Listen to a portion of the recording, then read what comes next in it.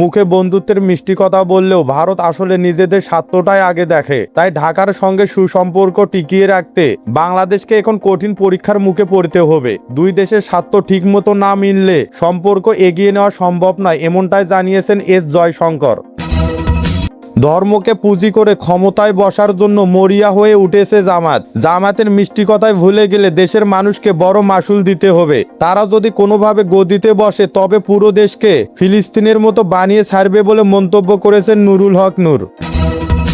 বয়সকে বুড়ো আঙ্গুল দেখিয়ে তরুণদের মন ভোলাতে এবার নতুন চাল চালছেন নরেন্দ্র মোদী। ডিজিটাল দুনিয়ার রাজত্ব ধরে রাখতে তিনি এখন জেনজিদের মতো ট্রেন্ডিং রিলস বানাচ্ছেন। মূলত ভোটের মাঠে নতুন প্রজন্মকে নিজের দলে টানতেই তিনি এই নতুন চমক দেখাচ্ছেন। তাড়াহুড়া করে দ্রুত ক্ষমতায় যাওয়ার স্বপ্ন দেখে কোনো লাভ নেই। জামাত ক্ষমতার লোভে বেশি ছটফট করলে কপালে বড় দুঃখ আছে। দেশের বড় বড় সংস্কার শেষ না করে ভোট করা মানে আগুনে ঘি ঢালা। তাই কিয়ামত হয়ে গেলেও আগামী 5 বছরের আগে কোনো নির্বাচন হবে না বলে কড়া মন্তব্য করেছেন নুরুল হক নূর।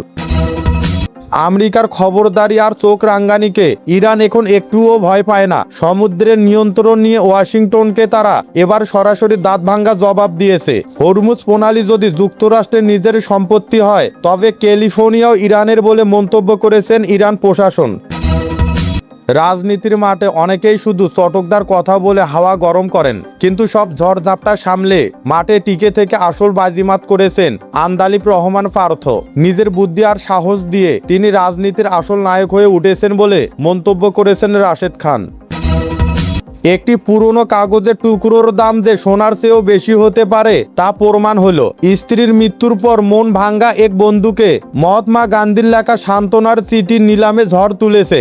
ঐতিহাসিক সেই চিঠিটি প্রায় 20 কোটি টাকায় বিক্রি হয়েছে বলে জানা গেছে।